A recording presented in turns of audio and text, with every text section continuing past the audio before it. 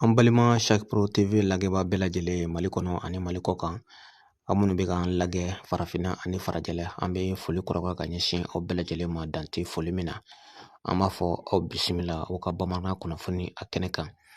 Bi bamanankan kunnafoni an b'a daminɛ an ka jamana kunkanko kan. An b'a lɔdɔnna k'a fɔ min ye Mali jamana ye. An b'o danga mun na i n'a fɔ sisan ka saga ni jamana maaɲɛmaw ka fɛɛrɛ kura sigilen sen kan lakana a ka se ka don ba la. Mali yɔrɔ caman de bɛ yen nin waati in na. An ka kɛlɛkɛcɛw ye sebaaya sɔrɔ minnu na i ka dɔn k'a fɔ u b'a fɛ ka fɛɛrɛ kura sigi sen kan k'a daminɛ Mali cɛmancɛ fɛ fo ka taa bila nɔri fanya fɛ, min na tun bɛ ka maa caman de kamana gan ka saga ni ekɔlita mun kan ka kɛ ntɛnɛn nata. Jamana maaɲɛmaw kɔni y'a jira k'a fɔ olu na fɛɛrɛw sigi sen kan walasa ɲinan san 2023 ka taa bila san 2024 walata a baara bɛ se ka ɲɛ cogoya min na o fɛɛrɛw o y'u sigi sen kan fo ka taa bila ka se ka dɔ fara lakana kan an ka jamana fantan ani 4 bɛɛ lajɛlen yɛrɛ o kɔnɔna na.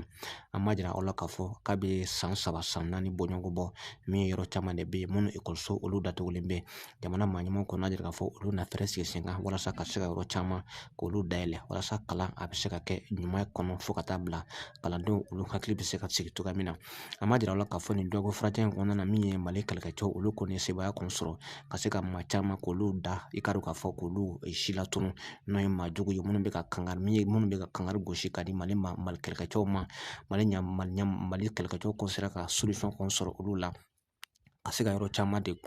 caman minɛ an ka maa juguw la o fana ka se k'olu sɛbɛkɔrɔ gɛn fo ka taa bila Mali, Burukina ani Niger dancɛw la. Jamana saba in kɔni bɛ ka jɛ nin waati na ka se ka bolo don ɲɔgɔn ma ka se ka maa jugu ninnu caman i ka dɔn k'a fɔ k'o gɛn ka bɔ dancɛw kɔnɔna na. Nin waati in na maa kɔni bɛ se k'a fɔ ko tabarikala sabula jamana saba in olu ye alliance mun sigi sen kan i ka dɔn k'a fɔ a nafa a yela an ka jamana yɛrɛ o kɔnɔna na fo ka taa bila Niger ani Burukina Faso sabula maa jugu u kɔni bɛ ka o yɛrɛ ɲini nin waati i kɔfɛlen yɛrɛ o kɔnɔna na.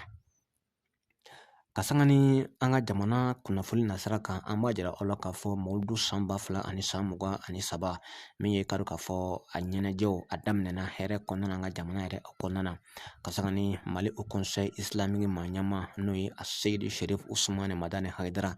a ye welekan min bila ka ɲɛsin jamana maaɲɛmaw ma a y'u hakili lajigin Mawuludu don a y'a ɲini jamanakuntigiw fɛ nin waati in na i ka dɔn k'a fɔ u ka se ka bɛn ani keleya ka se ka maninfinw lamɛn nin waati in na ka sabu gɛlɛya min Mali kɔnɔ nin waati in na walasa Mali ka se ka basigi. Mali Haut Conseil islamique maaɲɛma a ye wele bila malidenw ma bɛɛ ka se ka kɛ basi karamɔgɔ ye Mali fantan a 4 bɛɛ lajɛlen yɛrɛ o kɔnɔna na. Wa fana a ye tomida Asimi Goyita fo ka taa bila Maliki Jaw ani a ɲɔgɔnnaw caman de ma kolonɛli 5 ninnu u ka se ka hakilinaw kɛ kelen ka ɲɔgɔn lamɛn wa ka k'a fɔ ka bɛn ani keleya k'o don u ni ɲɔgɔn cɛ walasa farafarali o kana don jamana yɛrɛ o kɔnɔna na.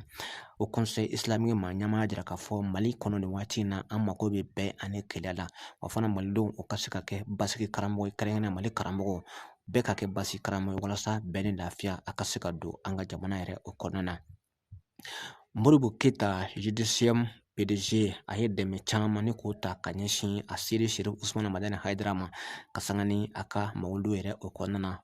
dɛmɛ bɛ min kan dɛmɛ bolila min kan o de ye balo makɔrɔni a n'a ɲɔgɔnna caman de ma walasa minnu nana malo kɛnɛ kan olu ka se ka dumuni i ka dɔn k'a fɔ k'o sɔrɔ lafiya yɛrɛ o kɔnɔna na. Modibo Keyita JDCM a ɲɛmaaba i ka dɔn k'a fɔ a fola Usumani Sherif Usumani Madani Hayidara fɛ kosɛbɛ ko san o san k'a bɛ to ka dɛmɛba de ɲɛsin olu ma jango Mawuludu a baloko a ka se ka nɔgɔya cogoya min na. O kɛlen fana don Batulu Ɲang i ka dɔn k'a fɔ mouvement an b'i kɔ olu fana ye dɛmɛ caman de ta ka ɲɛsin Mali Haut Conseil maaɲɛma ma n'o ye a Seydi Sherif Usumani Madani Hayidara baloko fo ka taa bila nɔnɔ ani i ka dɔn k'a fɔ malo caman de ma o y'o di a Seydi Sherif Usumani Madani Hayidara ma walasa min ye i ka dɔn k'a fɔ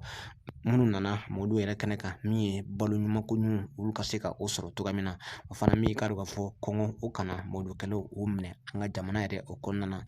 Usumani Sherif Usumani Madani Hayidara a ye bonya caman k'o fɔ min ye Batulu Ɲang fo ka taa bila Modibo Keyita JDCM o ye dɛmɛ min ta ka ɲɛsin olu ma a bonya k'a diyara olu ye kosɛbɛ. Bi bamanankan kunnafoni an b'a kuncɛ ni min ye o de ye Burukina Faso an b'a jira aw la k'a fɔ tarata kana bila araba la min ye Burukina Faso min tun ye coup d'etat o tun bɛ ka labɛn ka sanga ni kapitɛni Ibrahim Tarawele k'a ka fanga kɔni dafiri a bolo. An b'a lɔdɔnna k'a fɔ a ko a ma taa maa caman jigin sira fɛ jango Burukina bew o de kama min ye jamana kunnafonilaselaw o ye kunnafoni kɛ jamana jabaraninso la ka diɲɛmaa bɛɛ ladɔnniya ani burukina faso k'o ladɔnniya ko min ye kari k'a fɔ maa ŋɛnajugu dɔw olu tun b'a fɛ ka kapitɛni Ibrahim Traore k'a ka fanga dafiri a bolo minnu ni a labɛnw daminɛna kabi araba ka na bila minnu labɛnw daminɛna k'a daminɛ tarata ka na bila araba la maa minnu tun b'a fɛ ka fanga dafiri a bolo olu maa naani bɔɲɔgɔn olu k'u sɛbɛn o cogo la k'olu cɔmi min ye maa fila bɔɲɔgɔn olu kɔni fiɲɛ duuru maa ma kɛ ala k'olu ta fan dɔn an b'a jira o la k'a fɔ kapitɛni Ibrahim Traore ale fana bɔra ka hakililasigi di burukinabew ma ale ka laɲini min ye bɛɛ ni keleya ani basigi a ka se ka na burukina faso jamana yɛrɛ o kɔnɔna na k'a bɛ waati min na fɔ sisan ko basi foyi tɛ ale la ale kɔni ka kɛnɛ kosɛbɛ an b'a jira aw la k'a fɔ o nɔgɔni bɛ min ye burukina faso wagadugu faba jamana kɔnɔdenw bɔra ka bɔlɔnbɔlɔ minɛ k'u ka nisɔndiya ani ka i k'a fɔ hakilina ɲuman k'o ta k'o ɲɛsin kapitɛni Ibrahim Traore ma ko u ka dɛmɛ a ba ye sanga a n'a ka waati bɛɛ an b'a jira aw la k'a fɔ maa minnu kɔni ye fanga kɔni dafiri minnu b'a fɛ ka fanga kɔni dafiri kapitɛni Ibrahim Traore bolo maa naani bɔɲɔgɔn olu cɔmin bɛ maa fila bɔɲɔgɔn olu kɔni ye fiɲɛ duuru maa kɔni bɛ ka ala ye ka n'u ma kɔfɛlen kɔni t'a fɛn dɔn an bɛ dugawu de kɛ sa ala ka na ni basigi ye farafinna ani